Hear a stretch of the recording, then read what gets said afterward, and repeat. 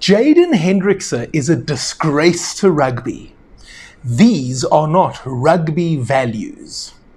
You might have heard phrases like this in the last few days after the Sharks' URC quarterfinal win over Munster.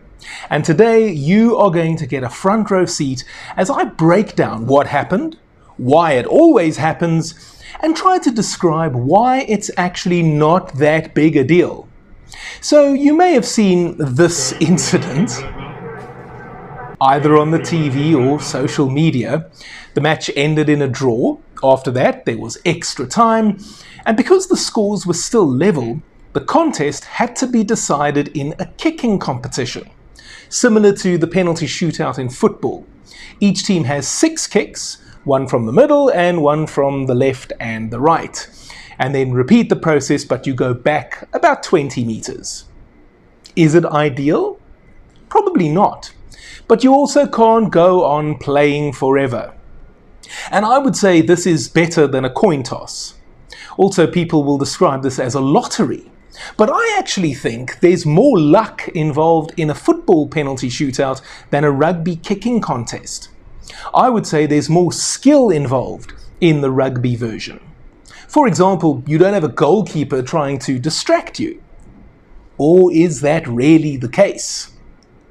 Well, when Jack Crowley of Munster was due for their 4th kick of the competition, he was delayed by an injured Jaden Hendrikse. The Sharks scrum half had slotted his 2nd kick of the competition and then went down with cramp.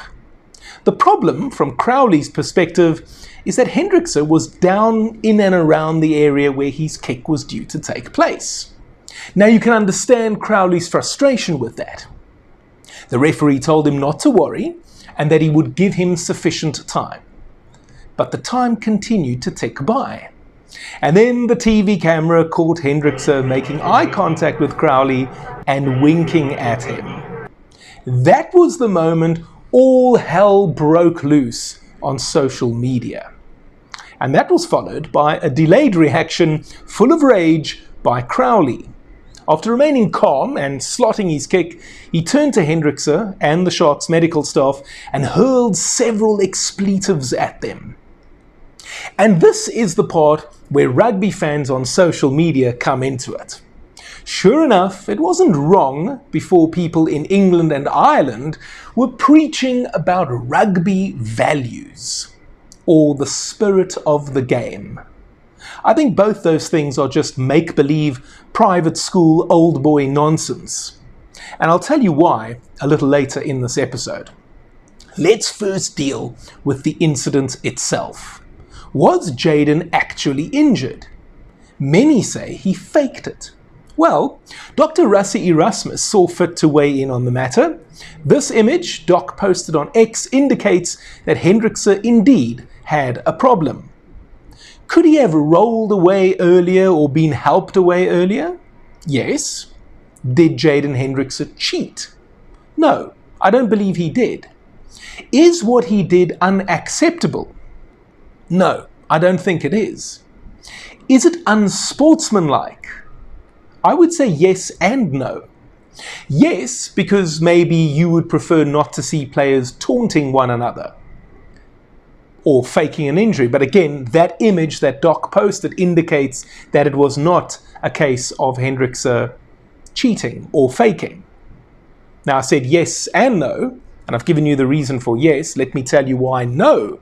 Because who is the gatekeeper of what is and isn't acceptable on a rugby field? Well, that would be the laws of the sport. And they say nothing about banter or sledging on the field, or anything else of that nature, to be sure. You could also call what Jaden did gamesmanship. But the overreaction, and let's be honest, on social media it's almost always an overreaction, indicated that Hendrikse had committed some crime and only a life sentence would serve as justice. Well, then may I ask you what your opinion is of what happened before the kicking competition started? Veteran Munster scrum half Conor Murray, a great player, make no mistake, went up to Sharks youngster Bradley Davids, shook his hand and said, "Don't mess this up." That, folks, is gamesmanship. It's less provocative than Jaden's wink, I grant you, but it's gamesmanship nevertheless. Murray's handshake was not in good faith.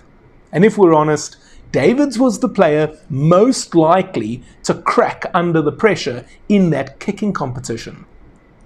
As it turns out, the Parlight held his nerve like a veteran and kicked the Sharks to victory. But Pete, you haven't addressed Hendrikse's fake injury. Well, I did show you Dr. Rassie's post showing a clearly swollen or cramped calf, but perhaps you didn't see or had already forgotten about Tide Byrne, who went down during extra time. Byrne also showed a miraculous recovery. Was he really injured? Was he just trying to slow the game down? Is slowing the game down more akin to cheating than a wink? The reality is that rugby is full of players who wink, pull their tongues out, blow kisses at opponents. Think Bucky Sporter against the British and Irish Lions in 2009, and swear at each other all the time. Sometimes it's vulgar, and sometimes it's very clever. What about the British and Irish Lions that came to South Africa in 1974 in that famous 99 call? Talk about rugby values. Is that rugby values? Shouting 99 and then you punch your nearest opponent in the face? I'll give you another example. George Gregan at the 2003 Rugby World Cup against New Zealand. The All Blacks were losing the match and were enhancing their reputation for being World Cup chokers. With the clock ticking and it becoming obvious the Wallabies were going to win, Gregan yelled at the Kiwis, "4 more years, boys." Now, I think that's hilarious. But no doubt, some will think it goes against those mythical rugby values. And if you want to talk about cheating, well, again, the sport is full of players who are trying to gain even the smallest advantage over their opponents. Think of hands in the ruck to slow down the ball, holding a player down a little longer than they should, stealing a meter and straying offside, and so on and so forth. Why, by that standard, men like Sean Fitzpatrick, Richie McCaw, who I believe was born offside, and Peter O'Mahony are among the greatest rugby villains of all time. And speaking of O'Mahony, this is a man who once told Sam Cane, "You're a SHIT Richie McCaw." To O'Mahony's credit, he is also on the record as saying, "Look, this is part of rugby. There's always chat going on, and unfortunately, some of it is picked up, some of it isn't. At the end of the day, it's all 9 times out of 10, unless someone has taken real offense to something, it's forgotten after the final whistle." And I actually think that sums it up perfectly. Players on the field are going to try to get one over their opponent. And unless it's something very personal, I don't see what the problem is. But it goes against those mythical rugby values, doesn't it? Well, I promised you I would talk about rugby values and the spirit of the game, and here's my take on that. Firstly, the laws of rugby actually state that the sport is for all shapes and sizes. Now, I take that to not just refer to physical statures, but also personalities. The sport is for jokers, thinkers, plotters, and planners alike. Who is the gatekeeper of these rugby values? I'll tell you who. English private school old boys. Because you might have noticed that when the Pom, Kiwi, or Irishman does something, then it might often be hailed as being great for the game.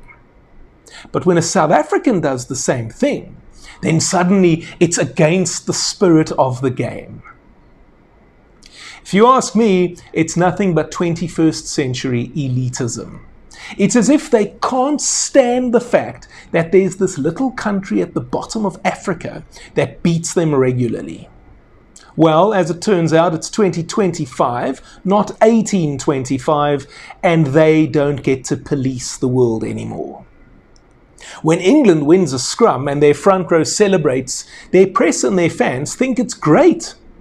Bongi Mbonambi calls it plastic energy, and I think that's great. The sport needs more characters.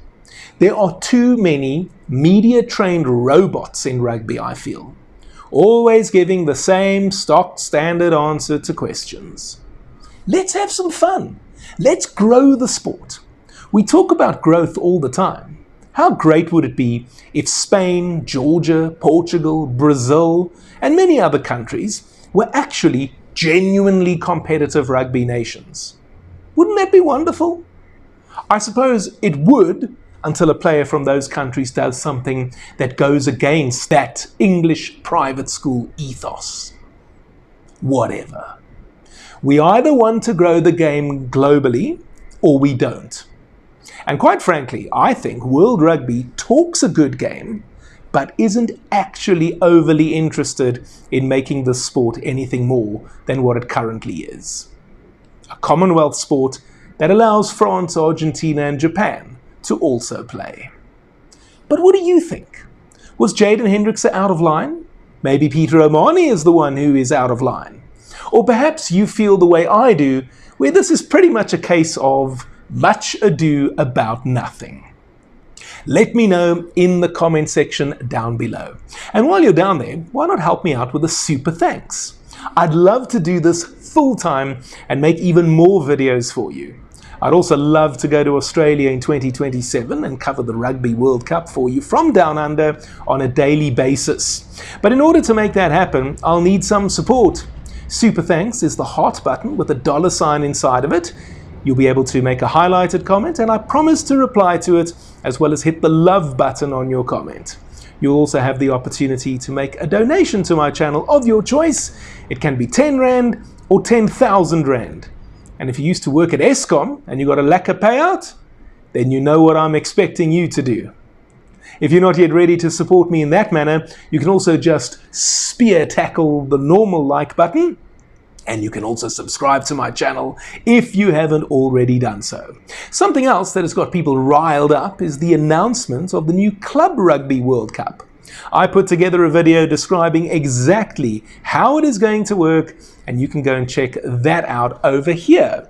And if you want a bit of cheering up, why not go relive the 2023 Rugby World Cup final press conference and hear everything Sia and Jack had to say after we won the trophy for a record 4th time. That one is over here, and I'll speak to you next time.